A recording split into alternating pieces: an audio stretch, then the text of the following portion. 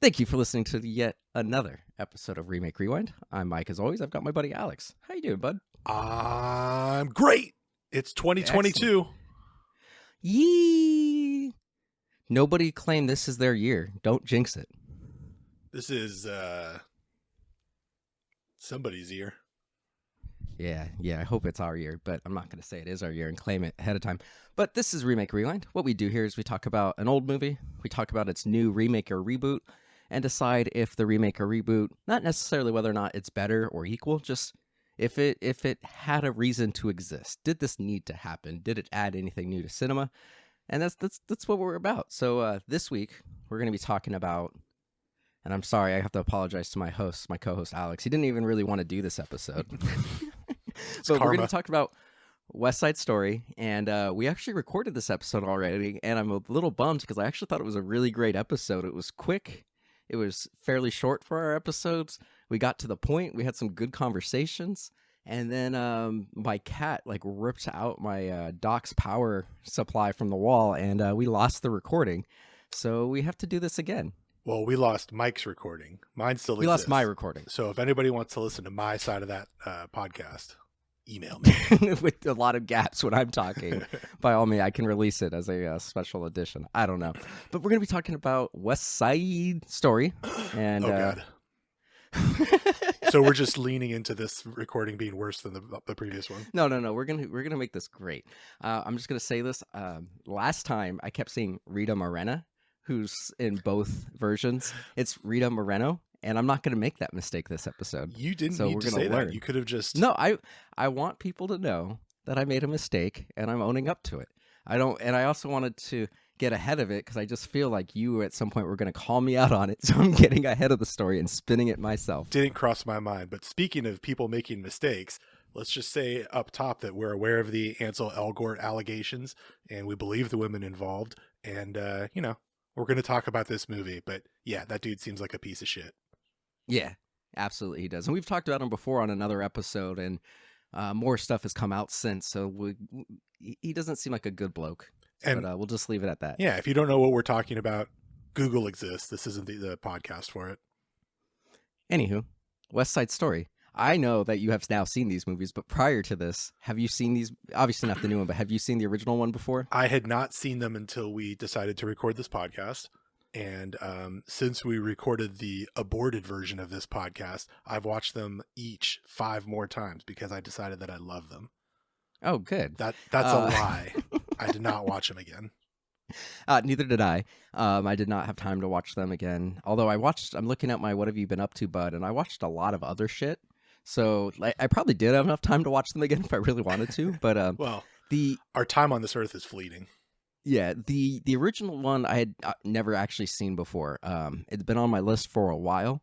I am a little bit more familiar with the play. We didn't bring this up. The last time we talked about, we talked about how this had been in pop culture, and Simpsons have done versions of it, and a lot of sitcoms have done various versions of West Side Story. It's just been referenced, So many, all the snapping and stuff that you see when people are doing musicals came from this. But I had seen a high school production of this 10 years ago. So, I'm familiar with the story, but it's essentially Romeo and Juliet just in the 1950s with Puerto Ricans and white people instead. That's right. So that we're just going to say that's the summary of the movie, and we're just going to keep that for each version. We're not going to go deep into it because it really is just a modern retelling of Romeo and Juliet. Yeah, and the movies are remarkably similar to each other. Yeah, I would just say the newer one, the 2021, is an unabridged version of the 1961 version. So no bridges, just a bridge. It's a bridge, just one landmass. Yeah. Anyway, let's get into it. What are your first impressions with the 1961 classic? I mean, this has been marked for preservation. It's in the Library of Congress, man. I just want to say, if it's unabridged, then they took away one bridge. There was one single bridge, and they removed it. In the 1960s version, there was a bridge. Yeah, and that bridge is gone. In the 2021, there are no bridges. Yeah, it's been unabridged. Yes. Thanks for clarifying that. We want to make sure our listeners are on the same page. You're welcome. What was the question? What are your first impressions, general impressions of this movie before we kind of dive deep into it? It's a lot of fun, and it's clearly, I think it's deserving of all the praise that it gets. I think it's worth being in the Library of Congress or whatever. I understand why it's referenced in The Simpsons and, you know, throughout history since it was released. I do not ever need to watch it again. I think I feel the same way. And my you know, that's sort of a negative take, I guess. My positive take is I wish that there was like a coffee table book with some of the best parts of the cinematography that I could just open up and look at, because I think there's some absolutely gorgeous cinematography and just like still shots in this film. Like, dare I say, ahead of its time. I would say it is ahead of the time. I don't want to rewatch the movie to have to see those things. No, I agree with you. Like, there's a lot of weird, like, especially when Tony and Maria meet at the dance, there's this like weird psychedelic light show kind of effects and the people in the background fading almost like they're holograms. And that became a pretty standard thing in the 70s, but, you know, mid to late 70s. So this was a good 10 to 15 years ahead of its time with some of the lighting effects that it had. Yeah. It was also really shot differently than any other movie. Like most movies, even today, have establishing shots where, you know, okay, here's New York City. You have like an overview of the New York City, or you see a building outside that's very clearly a New York building. This is where the scene is going to take place. Yeah, and then it moves internally. Like, we still do that. Like, and it's even gotten worse today. Like, the Marvel movies, they're like, New York, it has a giant font that says New York in front of it. But generally, we know where we are. This movie doesn't do that. There are no establishing shots. It just goes, okay, we're outside in a playground where we just had, you know, a little battle. Boom, we're in a high school dance. Like, there is no transition. There's hard cuts. It's kind of shot like a music video. That's interesting. Very ahead of its time. I hadn't thought about that. Yeah, but I do agree with you that it is a very interesting movie to watch. It is slow. It is not paced very well. Yeah, it's a long movie.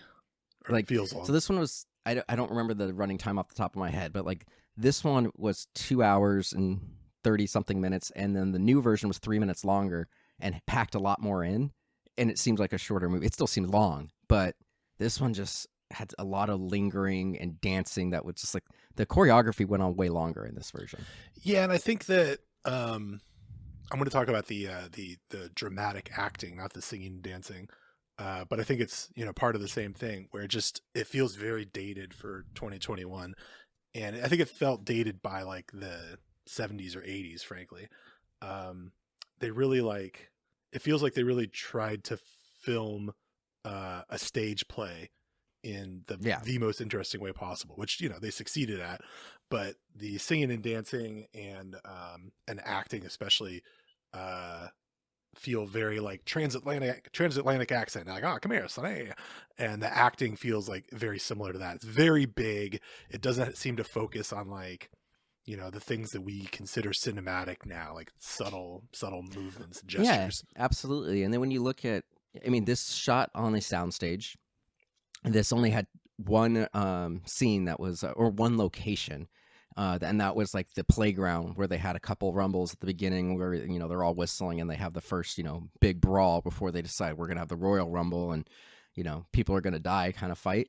That's it. The rest of this was on a soundstage. So, and very obvious looking sets. Like, there isn't much depth in any of this. It is all very much, it looks like a play.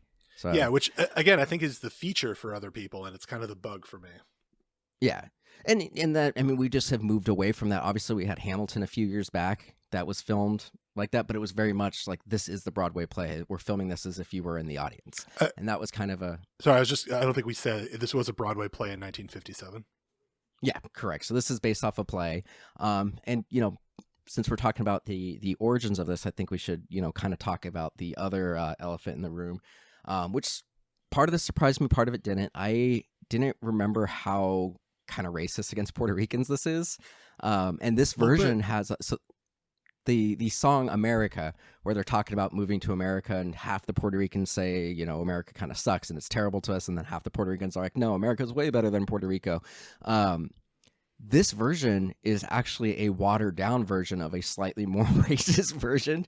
And then in the 2021 version, it also removes a few lines. But, the original play talks about how Puerto Rico is an ugly, ugly island and it deserves to sink. And everybody there is sick and everybody there is a criminal kind of thing. And speaking as somebody who has, my wife is Puerto Rican, and we've been to Puerto Rico several times. It's like, yes, there are areas that are rough, but it is a very beautiful place. And we've drastically taken advantage of the island, so it's a little sad to watch this movie and be like, oof, that is bad. And this was considered less racist than the previous version.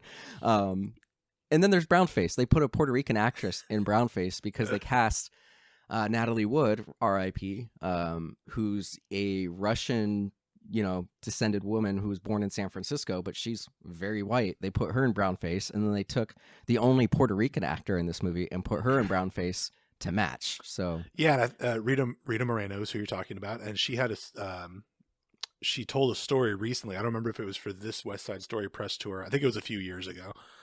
But she was saying, she's on the original movie, the makeup artist was slathering this brown face on her, and she was like, well, first of all, why are all the Puerto Ricans the same color? Why are you using the same makeup on all the Puerto Rican characters? Like, we're not all the same color. I'm very light skinned and there's darker skinned Puerto Ricans. And also, I'm Puerto Rican. Why are you putting it on me at all? And she said that the makeup artist called her racist. Yeah, it's fucking crazy. It's insane. Now, the one thing that did surprise me, because, I hadn't seen this since I was 23, 24 years old, and my sister did a middle school or high school production of this, which of course was watered down even more because it's a high school production. But one of the things that surprised me is when you watch like Romeo and Juliet, which I watched the Baz Luhrmann one, a month or two ago. Yeah, hell yeah. You get the side that the Capulets and the Montagues are equally to blame for everything. They're both do things that kind of fuck over the other person. They both have this deep hatred. In this version, it's just the white people. It's the Jets that cause all the problem. They are the ones that go and harass the Puerto Ricans at the beginning. They're the ones who are like, yeah, let's do a rumble, and we're gonna like invite them to fight at docks at midnight. They're the ones that in this version, it's Tony who really goes after the romance and tries to go work around everybody, and then it's the white people that start it, and it's the white people who attempt to rape a woman at the end of the movie. They sure do. Like, it's the white. So actually, when you think about it, Ansel Elgort was well cast in that regard. Ooh, I think the white people brought the gun too, right? Yeah, they did. Well, in the newer version, in this version, I don't think that it's clear who brought the gun in this version. I don't think they brought it. I think there was just a gun there.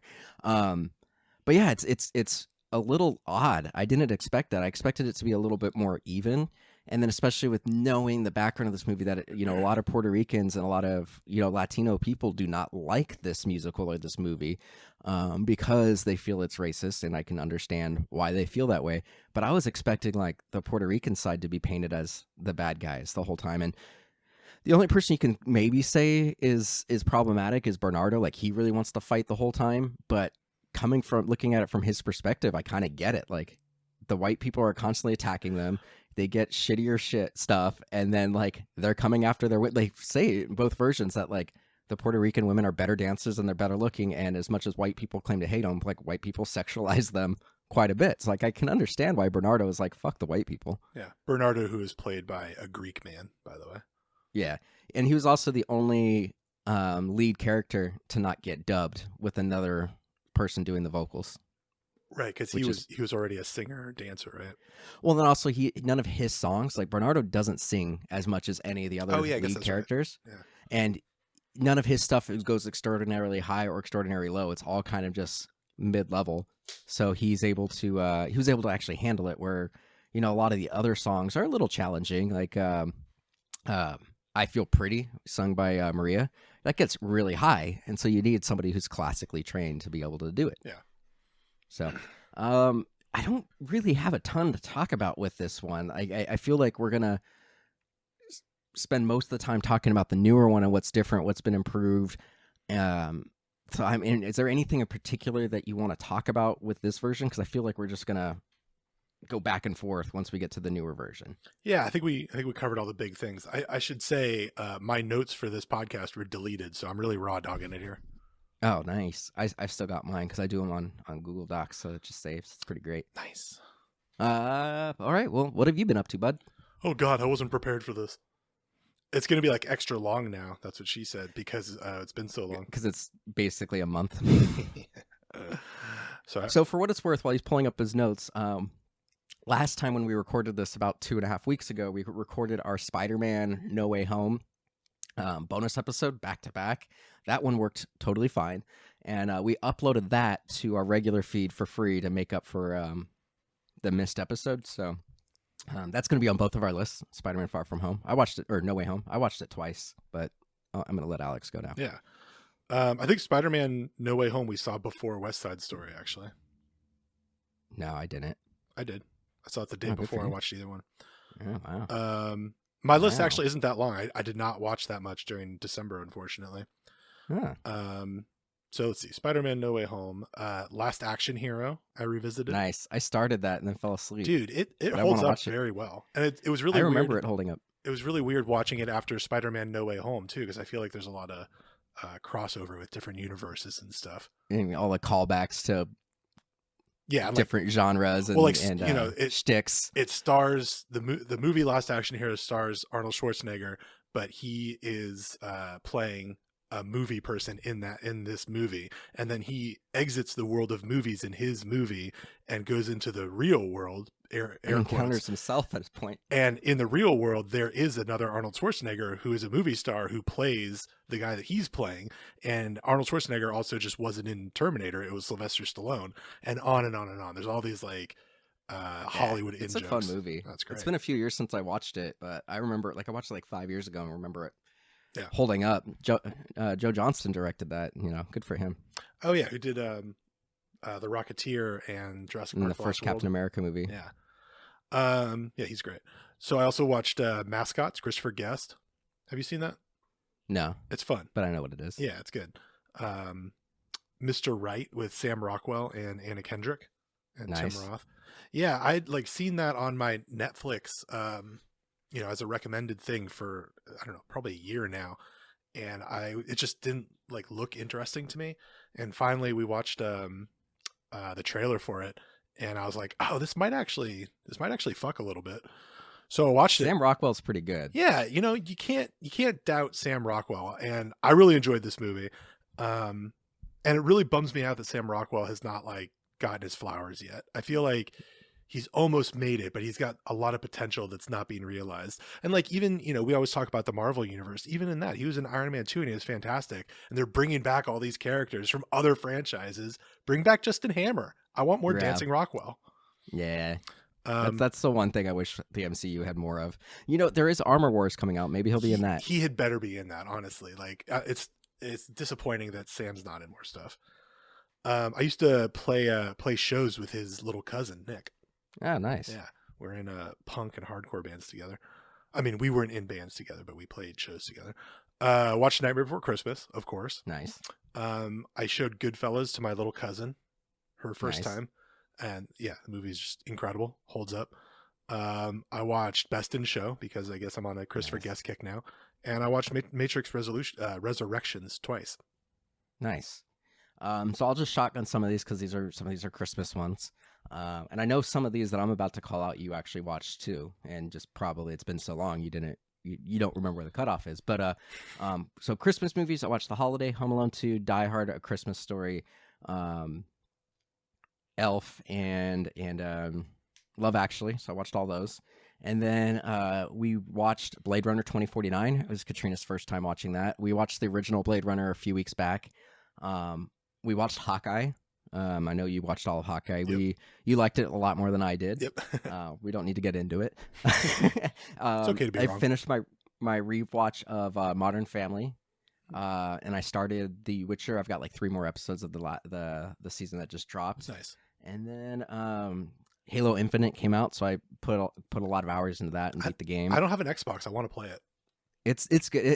It's I don't want to say the first one because I played all of them, but it was something about it with like the grapple hook. Like I just really, really liked it, and I felt more like Master Chief than at any other point in the game. Like Wow. I feel like I dominated not the multiplayer. I suck at multiplayer, but the single player campaign. I feel like it didn't get hard until like the last hour of the game. Like I actually felt like a super soldier just massacring thousands of aliens because like I don't know, like that's how Doom makes me feel. yeah, the terrain and the weapon, like the weapons are all powered up. Like I almost always use just the basic assault rifle and battle rifles, and I just felt like an unkillable machine most of the game. So that was fun. We started watching 6 Feet Under again. We're about to finish the second season. Fantastic. That still holds up. Already brought up Spider-Man No Way Home. I saw that twice, and then I also watched the Matrix Resurrections as well. And I liked that more than I thought I was going to. So yeah, do you want to talk about Matrix for a second? Let's try to do like 2 minutes of Matrix talk. Okay, I was feeling real weird about it for the first act, the first time I saw it, and I powered through and ended up liking it a decent amount, but it didn't blow my dick off. And I sat with it for a little bit. A couple days later, I was thinking about it. I was like, you know what? I really like that movie. And then I watched it a second time, and it confirmed it for me. I want to watch it a second time. I haven't done it yet. It is a little on the nose. I would say that there's no subtext in this movie, and we all know that the Wachowskis were trying to make a trans allegory originally, and then the studio intervened. This one, there are a lot more nods to that. There are, one of the companies is called Binary in it. But I kind of appreciated that, like there was no holds barred on it.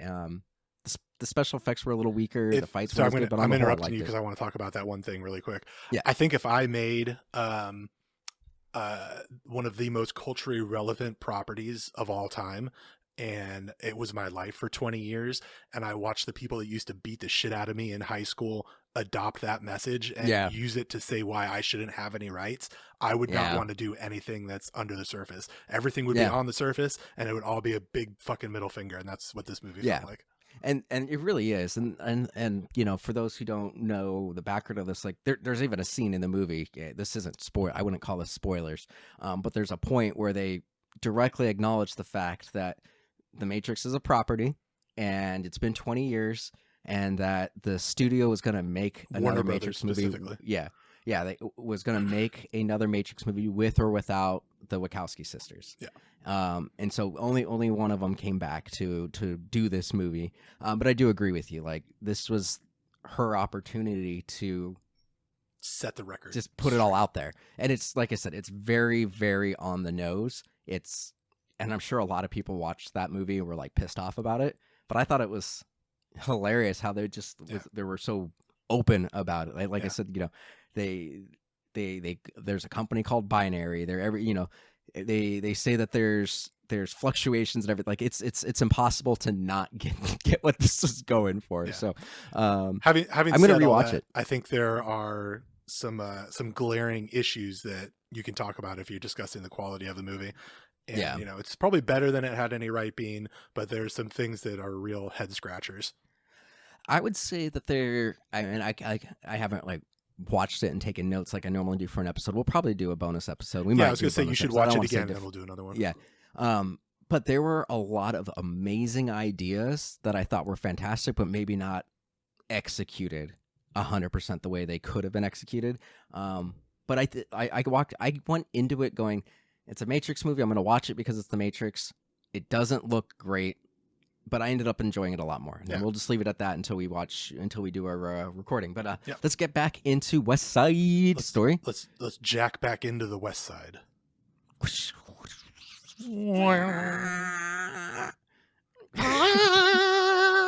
All right, 2021, directed by Steven Spielberg. Boo! Yay! I just want to say off the top, like, one of the things I was into this one almost from the get-go. We didn't talk about this. We spent quite a bit of time talking about it in the last recording, so I'll just bring it up. Both of us were confused by the opening of the 1960s version because it's just a red screen, and then it's a blue screen, then it's a red screen, but it goes for about 5 minutes with no names on the screen. And there's an image. There's a bunch of lines. It's like the Matrix, there's just a line. Yeah, it's just a bunch of lines at the top third of the screen, basically in the middle. So it's like if you not dissected, but if you split the screen, bisected. like the critical thirds like you would like a photo. Trisecond.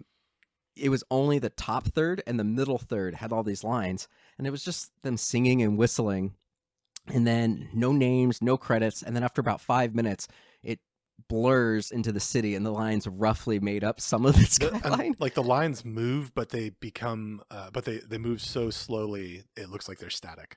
Yeah, I honestly thought, because I watched this on my Fire Stick, and the Fire Stick, it's one of the cheaper streaming devices. I watched it in my bedroom.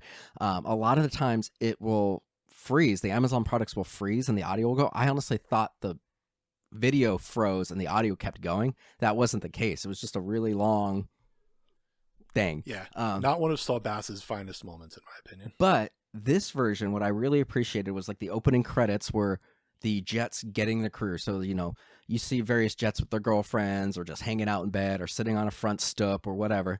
And, a couple of them are working. They get off their shift. They grab paints from a construction site that they're working on, and they just start walking through New York City, and they're whistling. And each time they whistle, one of their gang jumps on and starts walking with them. And as the gang gets bigger and bigger, you start seeing the people of New York recognize, oh shit, these are the Jets, and they will like cross the street. These kids were like stealing shit as they were walking by stores. They were stealing paint cans, they were stealing food, they were hassling people, shoving people, being hoodlums and gang members, and like actually being a problem. And that was something right off the bat, I thought this was a much more interesting way to open the movie. And I also thought, in the previous version, it was just like a bunch of white kids hanging out. Like nobody seemed to give a shit about what they were doing. And they didn't seem that bad. They just seemed like a racist group of white kids. That sounds terrible. They were terrible. They were racist and whatnot. But you didn't see them acting like a gang. It seemed more just like a group of friends concerned about their neighborhood becoming, more ethnic. In this version, you see, no, these kids are actually assholes and causing problems in the city. Like they are a gang and a nuisance. Yeah. I like that a lot. Yeah. I thought it was a much better use of the opening, 5 or 10 minutes of the movie. And then the right off the bat, like the previous version, they have this long, when you're a jet, you're a jet for life. And they were also like fighting the Puerto Ricans, but it was like they would like throw like a really dramatic punch that would miss by a mile, and then they would spin around and jump on their tiptoes and pirouettes and everything. And this, like, there would be like spins and stuff, but it would be like a spin like they were dodging a punch, and then they would throw a punch, and then the person would go backwards, and they might do like a somersault backwards. So there was still some choreography, but it was much shorter. It would be like 5 to 6 seconds of dance moves, and then there was actually fighting and brawling. And then you pointed this out the last time, the paint can, somebody getting hit in the face with a paint can in like the opening song. And it was like in the background. It wasn't like a main character, but there was actually like choreographed fights with periodic dancing, where the other one and was also like feel like there were stakes, like people actually got hit. Getting hurt. Yeah, there was, the whole movie revolves around a dust up, around a rumble. And this movie, it felt like, oh, there's actually some fighting going on. But you kind of bring up a good point that I want to make about both these movies. This is 100% an Alex thing, but just for people to have, some insight into why maybe these movies didn't work for me. If you care at all, but you're listening to the podcast and we're halfway through, so I assume you care a little bit. But it's the dancing and the pirouetting, and then like throwing a punch and then like snapping afterwards and singing. It like, that doesn't make sense in my brain. Like there's a dissonance between those two things that like triggers a cringe reaction in me.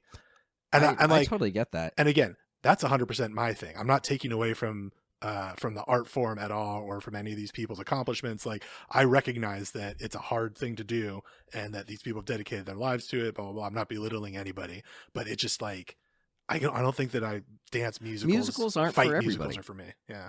Yeah. Like, so I used to be the same way. I used to absolutely, and I'm not saying you hate musicals. I don't want to put words in your mouth. Yeah, no, there's musicals that I like. It's just I used to just hate musicals in general. You know what it feels like? I'm sorry. It feels like the Rogers musical from Hawkeye. Yeah, fair enough. Yeah. But even those, I've actually developed appreciation for over the last few years. I used to hate all musicals. The only one that I liked was Moulin Rouge, because that's Katrina's favorite movie. And the first time I saw it, I'm like, this is weird. But it's her favorite movie, so I watched it a bunch with her, and now I love that movie. But I've watched Chicago. I've watched Les Mis. I've watched most of the Chicago. I already said Chicago. Chicago, Les Mis. Have you seen Hamilton? Pretty much. Yeah, I like Hamilton. Yeah, I love Hamilton. But I used to. But I used to hate musicals until I saw The Greatest Showman a few years back, and then something clicked, and all of a sudden I like it. It's funny that's the one that did it for you because it got kind of poor reviews, huh? That movie was one of the biggest movies and had one of the longest runtimes in like 12 years. But I mean, it didn't do well. It didn't have great reviews, and it didn't have a great opening, but it made a fuck ton of money because it was a sleeper hit. Like, it came out like early December, and it wasn't until like January where like word of mouth got to people, and then it blew up in like January. It made a lot of money. Don't sleep on Hugh Jack. Yeah, and then they re-released it as a sing-along version because it did so well. Oh, wow. Well, yeah, I mean, let's get back to the movie. But that's to say, since then, I don't hate musicals. Like I enjoy Hamilton and blah blah blah.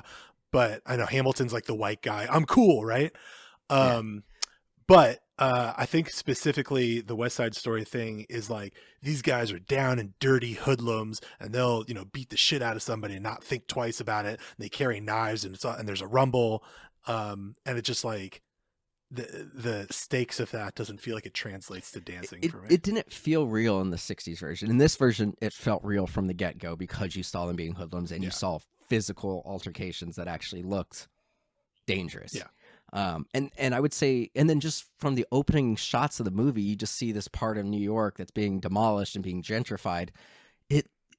I was excited about this movie from the first time I saw a trailer, and the first trailer was just like a whistle and a few establishing shots, and then like Maria and Tony just looking up at each other with the city behind them, and I was hooked. Like, this was like early 2021. Like, this movie was actually probably in my top 5 anticipated movies of the year because it just looked incredible. Like, this movie is one of the prettiest movies I've seen in a very, very long time. Like, it is that's beautiful movie. And that's something that people were saying going into it is like, there's scenes in this that is what cinema's made for, and you have to experience it in a theater. I agree. Like, I thought it looked, even though this movie's like 3 or 6 minutes, I can't remember if it's 3 minutes or 6 minutes longer than the original version. It packs a lot more in, but it's so much more engaging. Like, there is actually a lot more dramatic acting. The songs don't go on as long. It's not just like crazy choreography for a very long time. You'll have the song, but there's like acting and emoting that isn't just musical acting and emoting. So you get that semblance of drama, and then it's just not over the top with the acting. Like, it seems like a drama with a little bit of music in it, right. Where the original was just like, this is a musical, and it almost like there are talking points in the original version, but it seemed fewer and far between than in here. Like, this one seemed like a pretty even split between people talking to each other and singing to each other. Yeah, for sure. One of the other things that I thought was really interesting about this version was they actually changed the order of some of the songs. So like one of the ones, Cool, which is kind of after the big climax of the movie, where they actually have the rumble. Tony is trying to stop it. Like, we haven't really talked about the story at all. I guess we could do like a quick summary, but most people who are listening to this has probably seen a version of this. But the movie kind of culminates with the brawl happening. Tony tries to stop it. Bernardo attacks Tony. Riff kills Bernardo, and then reverse that. Bernardo accidentally kills Riff. Tony gets pissed, kills Bernardo, and then the rest of the movie is them just trying to figure out what to do in the aftermath. So in the original version in the play, they sing Cool, where the guy who kind of takes over the gang from Riff is like, hey, we need to be cool, we need to lay low, we can't be causing problems right now, just chill. In this version, they actually put Cool before the big fight, like as they're getting ready, because in this version, Riff is like, I got a gun, I'm just gonna assume the Puerto Ricans are bringing a gun, so I'm just gonna like kind of preemptively assume that they're going to not follow the rules by breaking the rules myself. And mutually Tony shows assured up, like, destruction. I don't know exactly. What that is. And Tony shows up and is like trying to stop it, and he's like, hey man, like, don't do this, this is ridiculous. And they kind of have this like choreographed fight where like the gun goes flying and they're fighting over the gun, but Tony is unsuccessful in deterring them from going and doing it. But I thought that was a kind of an interesting dynamic, and I actually liked that more. Yeah, me too. Because afterward, I mean, these other characters, like, there are a lot of auxiliary side characters who don't get a lot to do, like the guy who took over for the gang. Like, he doesn't do much until that point. So it kind of I liked giving the leads that we've kind of grown connected to having that big kind of powwow, and it really just shows Tony and Riff further dividing. I think it actually made a lot more sense from a story perspective having that before the big fight. So I liked that a lot. And I really liked Officer Krumke in this rendition. You mean so Martin much more Scorsese? Yeah. But I don't really have a ton to. Oh no, I do have more to talk about. I really enjoyed the Officer Krupke song. Yeah, this version I thought it was a lot more fun, and they were actually in the jail where the previous version they were just singing out on the streets. So just the tone and the message didn't make sense. Yeah, and something about the performance of this one gave it. I don't think the lyrics are any different, so like maybe this message is in there, but something about the way that the kids delivered it in the new version made it feel more like, oh, these kids are fucked up. Like maybe they have less of a choice in what they're doing. Not, you know, I'm not excusing them for racism, but in being hoodlums, than you might initially thought. Like they're young men who need therapy and like never feel safe. You know, they come from broken homes and shit. Well, and what I liked about this, the previous version was like out on the playground or like out on the city streets. And it's like, yeah, they were just harassed by the cop. But in this version, them being in the jailhouse, like they weren't actually in a cell or anything, but they were like waiting to be processed and interrogated. But they like move around the room like they've been there before. Like they know this isn't their first rodeo. So I think it was just so much more impactful to do that. Really quickly, we didn't mention Corey Stoll in the last recording. And we haven't mentioned him here, but he's I forget his name. He's the sergeant or whatever, though. Yeah. And he was good. Yeah, they give him a nice wig. Did he have a wig? I thought he was bald in this. No, they give him hair. He had like a full on like he's wearing a hat center part, almost like Nathan Fillion hair. I thought he was good, and I like that. You know, we're talking about the kids. I like that the cop's kind of a piece of shit, and he's racist, and he also like he's using the kids, the Jets, as pawns almost. Yeah. And the Jets like feel like, oh, we have the cops on our side, sort of, but also they'll pull us in. Like they know that they're being used. And I think that's just like one more example of looking up to authority figures or people that should be taking care of them and being fucked again. Yeah. So I kind of give the Jets some leeway there, I guess. Oh yeah, they're definitely pawns in this. And one of the other things, I guess, speaking of the Jets, Tony. And we'll get into Tony and Maria a little bit, but one of the things I thought was really interesting is in the original version, they don't really say why Tony is trying to stay away from the Jets. In this version, Tony almost he had like a little Dominic Toretto moment, 18 months prior, and almost killed a guy.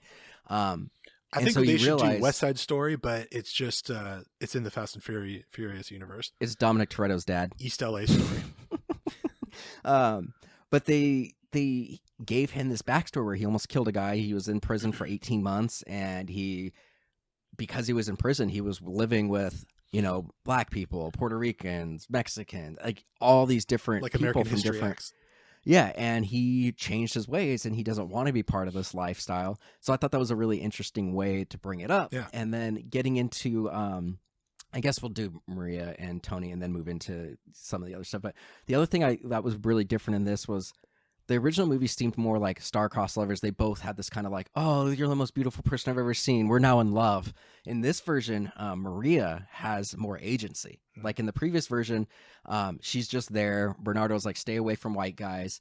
And then at the end, you're told once she's already in love with Bernardo and not Bernardo, that's her brother. When she's already in love with Tony and the rumble's going to happen, we find out that she's engaged to be married to a person she's never met in the original version. But the original version, Chino, who ends up killing Tony at the end of the movie, he's not a part of the movie until he comes in and kills Tony.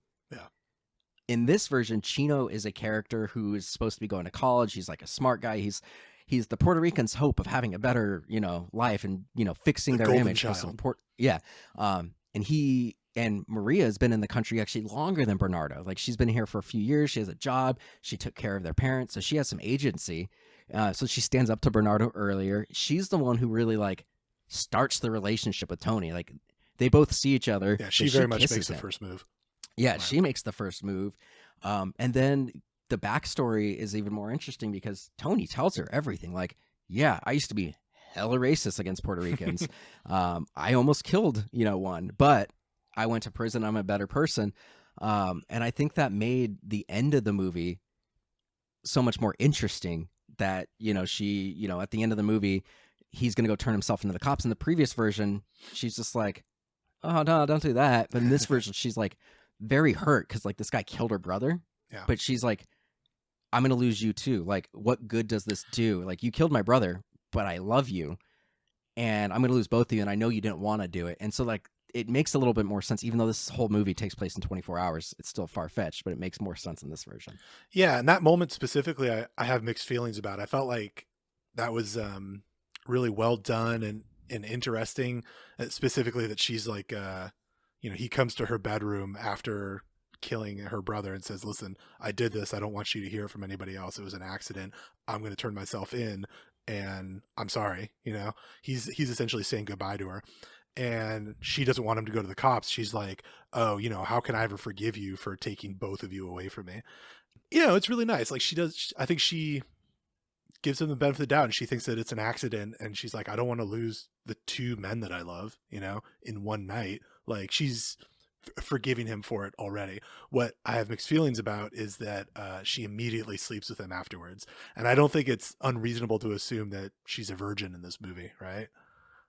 Right. So like she chose that as the time to like lose her virginity and have sex with this guy for the first time. Like the moment that he admitted to killing her brother took me out of it. So both versions, I'm going to use this kind of as a good transition point to get back into talking about the Puerto Rican side and their relationships and how, they were kind of done dirty. But in both versions, after Tony goes to Maria and says, "Hey, this is what I did. I still love you. I'm going to turn myself in." And then, Maria's like, "Nah, don't do that." And then they plan their getaway. Both versions, Anita shows up and kind of chastises Maria, but decides she understands and decides to help them. So in both versions, she goes to Doc's. In this version, we haven't talked about it, but we'll get into it.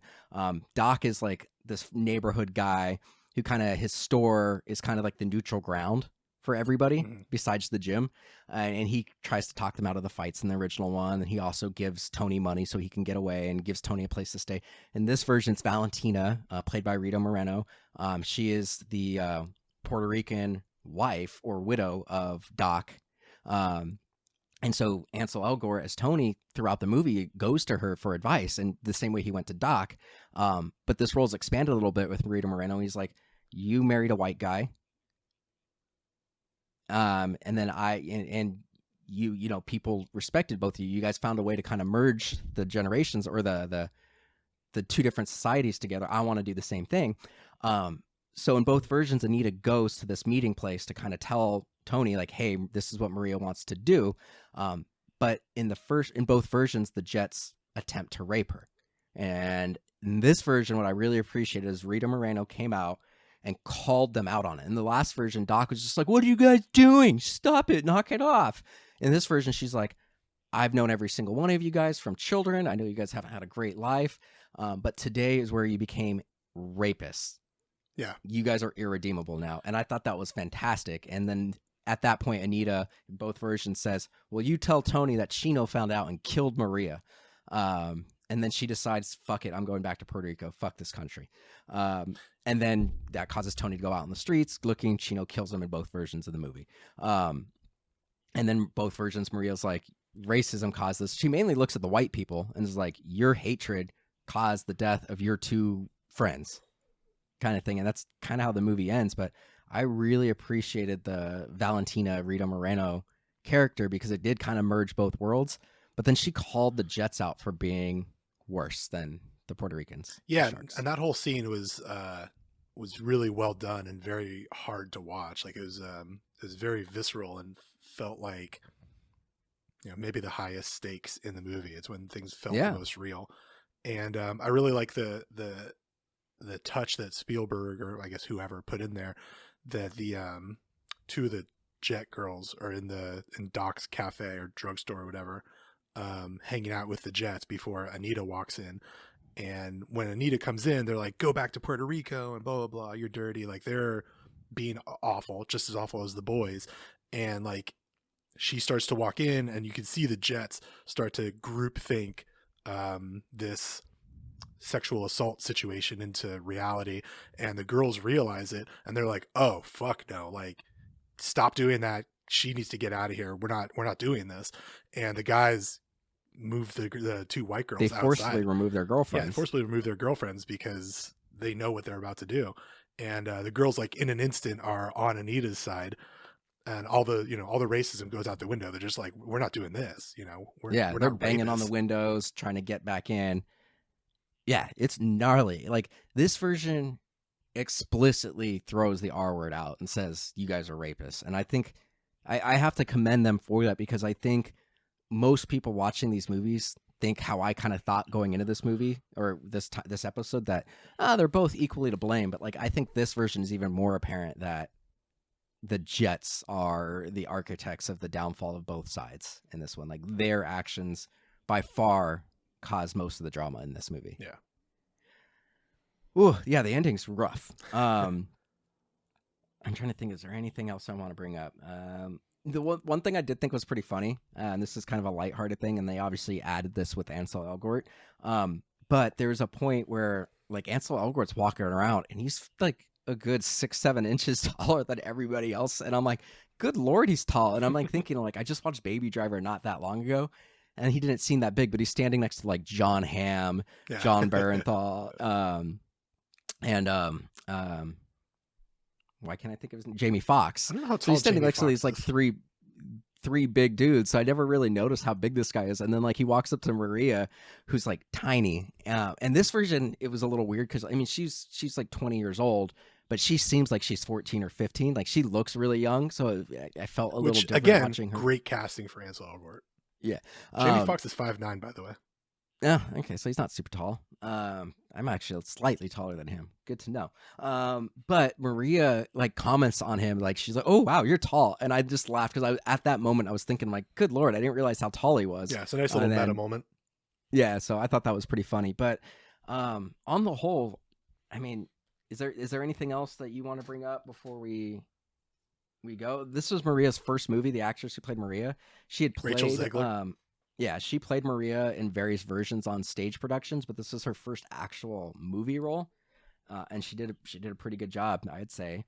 Yeah, I think she was really good. I want to shout out Mike Feist. I don't know how to pronounce is that Riff? Name. That's Riff, though. I think he was really good. He was so good. Yeah, and Ariana DeBose, who plays Anita, was also fantastic. Fantastic.